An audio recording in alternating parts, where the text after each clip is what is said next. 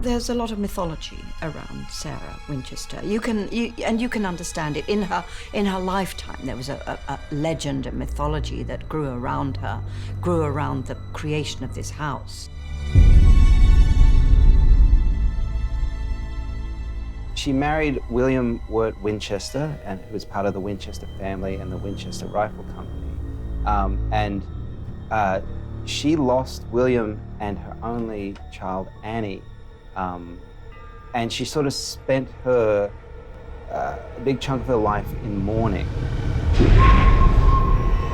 During her mourning period, she went to see a spiritualist, a medium, who told her that she was being haunted by all the people that were killed at the hand of the Winchester rifle.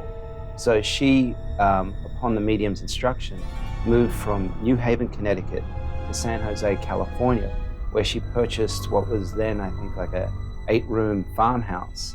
And she spent the majority of her wealth, her inheritance from the Winchester rifle fortune, to build this mansion, this sprawling mansion in San Jose, California.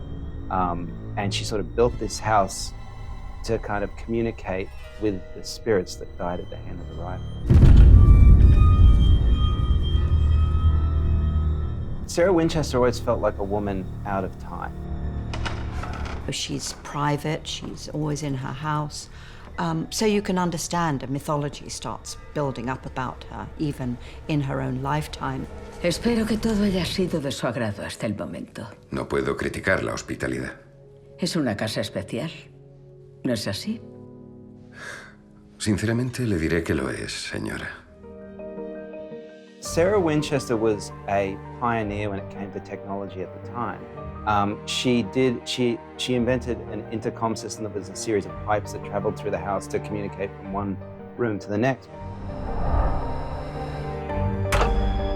She was very inventive in terms of irrigation systems for gardening. She also was the first person in San Jose to have a telephone. I think her phone number was 1234. So she was always looking to the future and wanting to be inventive, and I think that's where her architectural passion came from. She always wanted to build something new.